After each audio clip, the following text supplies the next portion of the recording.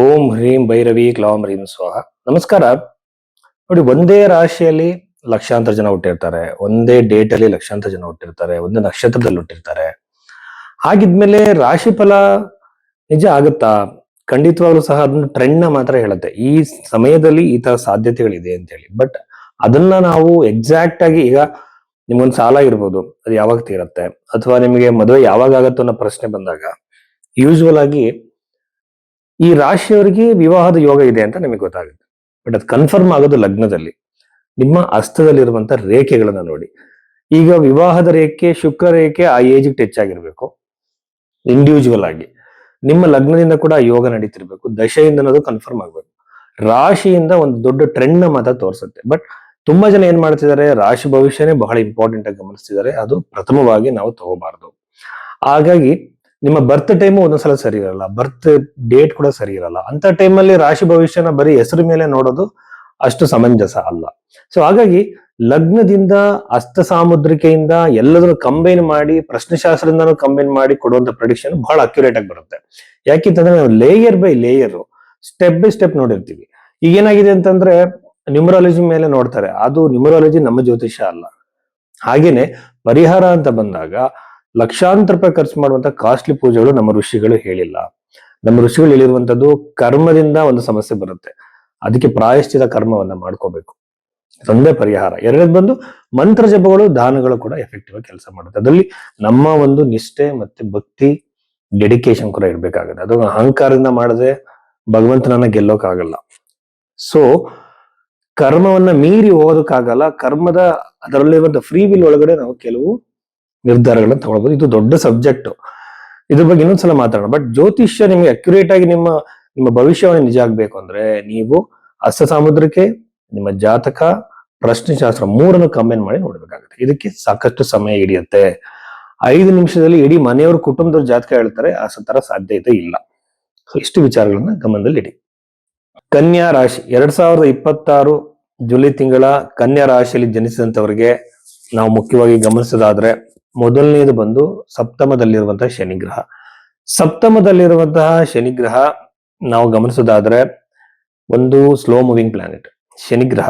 ಇದು ಬಂದು ವಿವಾಹವನ್ನ ವಿಳಂಬ ಮಾಡುತ್ತೆ, ವಿವಾಹದಲ್ಲಿ ಸಮಸ್ಯೆಗಳನ್ನ ಕೊಡುತ್ತೆ, ಮ್ಯಾರಿಟಲ್ ಲೈಫ್ ಅಲ್ಲಿ ಸಮಸ್ಯೆಗಳನ್ನ ಕೊಡುತ್ತೆ. ಇಷ್ಟು ದಿನ ಜಗಳಗಳಿರಲಿಲ್ಲ, ಈಗ ಜಗಳಗಳು ಕ್ರಿಯೇಟ್ ಆಗ್ಬೋದು. ಇಷ್ಟು ದಿನ ಹೊಂದಾಣಿಕೆಲಿದ್ದಂಥವ್ರಿಗೆ ಮನಸ್ತಾಪಗಳು ಬರ್ಬೋದು.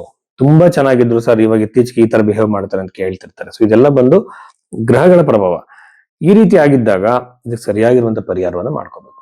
ಸೊ ಪರಿಹಾರ ಅಂತ ಬಂದಾಗ ಏನು, ನೀವು ದುಡ್ಡು ಖರ್ಚು ಮಾಡಿ ಪೂಜೆ ಮಾಡಿದ ತಕ್ಷಣ ಅದು ಗ್ರಹಗಳು ನಾವು ದುಡ್ಡು ಕೊಡಿದ ತಕ್ಷಣ ನಮ್ಮ ಮಾತು ಕೇಳಲ್ಲ. ಅಥವಾ ನೀವು ಪೂಜೆ ಮಾಡಿದ್ರ ಅಂತೇಳಿ, ಈಗ ಒಂದು ಗುರುಗ್ರಹ ಅಂತಂದ್ರೆ ಈ ಒಂದು ಸೋಲಾರ್ ಸಿಸ್ಟಮ್ ಅಲ್ಲಿ ಅತಿ ದೊಡ್ಡ ಗ್ರಹ. ಆ ಗ್ರಹ ನೀವು ಯಾವ್ದೋ ಒಂದು ಒಂದು 1,000 ರೂಪಾಯಿ ಕೊಟ್ಟು ಪೂಜೆ ಮಾಡಿಸಿದ್ರೆ ಅದು ಸರಿ ಮಾಡಕ್ ಆಗಲ್ಲ. ಇದನ್ನ ಅಹಂಕಾರದ ಭಾವನೆ, ನಾವು ಸರೆಂಡರ್ ಆಗ್ಬೇಕಾಗತ್ತೆ, ಋಷಿಗಳು ಹೇಳಿರೋದನ್ನ ಫಾಲೋ ಮಾಡ್ಬೇಕಾಗತ್ತೆ. ಸೊ ಅವು ಮಾಡಿದಾಗ ಮಾತ್ರ ಅದ್ರ ಇಂಟೆನ್ಸಿಟಿ ಕಡಿಮೆ ಆಗುತ್ತೆ. ಸೊ ಶನಿಗ್ರಹವನ್ನ ಶಾಂತಿಗೊಳಿಸ್ಬೇಕು. ಶನಿಗ್ರಹವನ್ನ ಶಾಂತಿಗೊಳಿಸಿ ಶನಿನ ರಿಪ್ರೆಸೆಂಟ್ ಮಾಡುವಂತಹ ಕೆಲಸಗಳನ್ನ ಮಾಡಿ ಪ್ರಾಯಶ್ಚಿತ ಕರ್ಮವನ್ನ ಮಾಡ್ಕೋಬಹುದು. ಪ್ರಾಯಶ್ಚಿತ ಕರ್ಮದಲ್ಲಿ ಹಲವಾರು ವಿಚಾರಗಳಿದೆ. ಇದರಲ್ಲಿ ಬಂದು ಶಂಕರಾಚಾರ್ಯರು ಬರೆದಿರುವಂತಹ ಒಂದು ನಮ್ಮ ತಪ್ಪುಗಳನ್ನ ಒಪ್ಕೊಳ್ಳುವಂತ ಒಂದು ಶ್ಲೋಕ ಇದೆ, ಅದನ್ನು ಕೂಡ ಹೇಳ್ಬೋದು. ಮನಸ್ಸಿಗೆ ಅದು ಬಂದ್ರೆ ಸಾಕು, ಮತ್ತೆ ತಪ್ಪುಗಳನ್ನ ಮಾಡಬೇಡಿ. ಇದು ನಿರ್ದಿಷ್ಟವಾಗಿ ಸ್ಟೆಪ್ ಬೈ ಸ್ಟೆಪ್ ಹೋದಾಗ ಮದುವೆ ಡಿಲೇ ಆಗೋದು ಸರಿಯಾಗುತ್ತೆ. ಎರಡನೇದಾಗಿ ಬಂದು ನಿಮಗೆ ಪ್ರಾಪರ್ಟಿ ಡಿಸ್ಪ್ಯೂಟ್ಸ್ ಗಳು ಕ್ರಿಯೇಟ್ ಆಗುತ್ತೆ, ಜಾಗ್ರತೆಯಿಂದಾಗಿರಿ.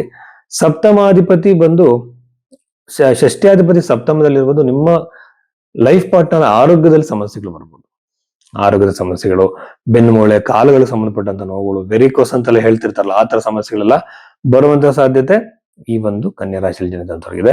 ಪಂಚಮದಲ್ಲಿರುವಂತಹ ರಾಹುವಿನಿಂದ ನಿಮಗೆ ಅನವಶ್ಯಕವಾಗಿರುವಂತಹ ಮಕ್ಕಳಿಂದ ಕಿರಿಕಿರಿ, ನೋವು, ಟೆನ್ಷನ್ ಮತ್ತೆ ಮಕ್ಕಳ ಒಂದು ವೈವಾಹಿಕ ಜೀವನದಲ್ಲಿ ಸಮಸ್ಯೆಗಳಾಗ್ಬೋದು.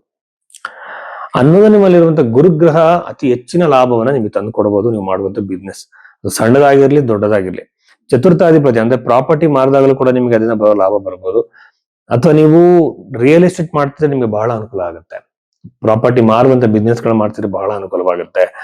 ಹೇಗೇನ್ ಇದು ಬಂದು ನವಮ ಭಾವದಲ್ಲಿರುವಂತಹ ಕುಜಗ್ರಹ ಅನವಶ್ಯಕ ಓಡಾಟಗಳನ್ನ ಕ್ರಿಯೇಟ್ ಮಾಡುತ್ತೆ. 12 ಕೇತು ನಿಮ್ಮನ್ನ ಅನವಶ್ಯಕ ಓಡಾಟದ ಜೊತೆಲಿ ವಿದೇಶದಲ್ಲಿ ಜಾಬ್ ನಿಮಗೆ ಸಿಗೋ ತರ ಆಗುತ್ತೆ.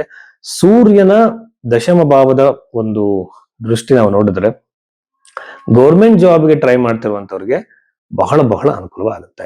ಗೌರ್ಮೆಂಟ್ ಜಾಬ್ ಅಲ್ಲಿ ಯಾರ್ಯಾರು ಪ್ರಯತ್ನ ಮಾಡ್ತಿದ್ರ, ಟ್ರೈ ಮಾಡ್ತಿದ್ರ, ಸೂರ್ಯನಿಂದ ಬಹಳ ಅನುಕೂಲವಾಗುತ್ತೆ. ಸೂರ್ಯನ ಇದರಿಂದ ಯೂಶುವಲ್ ಆಗಿ ಪ್ರಮೋಷನ್ ಕೂಡ ಆಗ್ಬೋದು ನೀವು ಗೌರ್ಮೆಂಟ್ ಜಾಬ್ ಅಲ್ಲಿ ಇದ್ರೆ, ಅಥವಾ ನಿಮಗೆ ಟ್ರಾನ್ಸ್ಫರ್ ಕೂಡ ಆಗ್ಬೋದು. ಎಲ್ಲ ಪಾಸಿಟಿವ್ ಆಗಿ ನಡೆಯುವಂತ ಸಾಧ್ಯತೆ ಇದೆ. ಚತುರ್ಥ ಭಾವಕ್ಕೆ ಸೂರ್ಯನ ದೃಷ್ಟಿ ಯೂಶುವಲ್ ಆಗಿ ಬಂದು ನಿಮಗೆ ತಂದೆಯಿಂದ ಬರುವಂತ ಪಿತ್ರಾರ್ಜಿತ ಸ್ವತ್ತು ಸಿಗ್ಬೋದು, ತಂದೆಯಿಂದ ನಿಮಗೆ ದೊಡ್ಡ ಮಟ್ಟ ಸಪೋರ್ಟ್ ಸಿಗಬಹುದು. ಏನ್ ಗೌರ್ಮೆಂಟ್ ಇಂದ ನಿಮ್ಗೆ ಇಲ್ಲೂ ಸಿಗಾಕೊಂಡಿರೋಣ, ಈ ಚೆಕ್ ಬೌನ್ಸ್ ಅಲ್ಲಿ ಅವಾರ್ಡ್ ಆಗುತ್ತೆ, ಆಕ್ಸಿಡೆಂಟಲ್ MEC ಕೇಸ್ಗಳಲ್ಲಿ ಅವಾರ್ಡ್ ಆಗುತ್ತೆ. ಈ ತರ ಹಣ ನಿಮ್ಗೆ ಗೌರ್ಮೆಂಟ್ ಇಂದ, ಕೋರ್ಟ್ ಇಂದ ಬರ್ಬೇಕಾಗಿರೋದು ಬಹಳ ಬೇಗ ತಲುಪುವ ಸಾಧ್ಯತೆ ಕನ್ಯಾ ರಾಶಿಯಲ್ಲಿ ಜನಿಸಿದಂತವ್ರಿಗೆ ಇದೆ.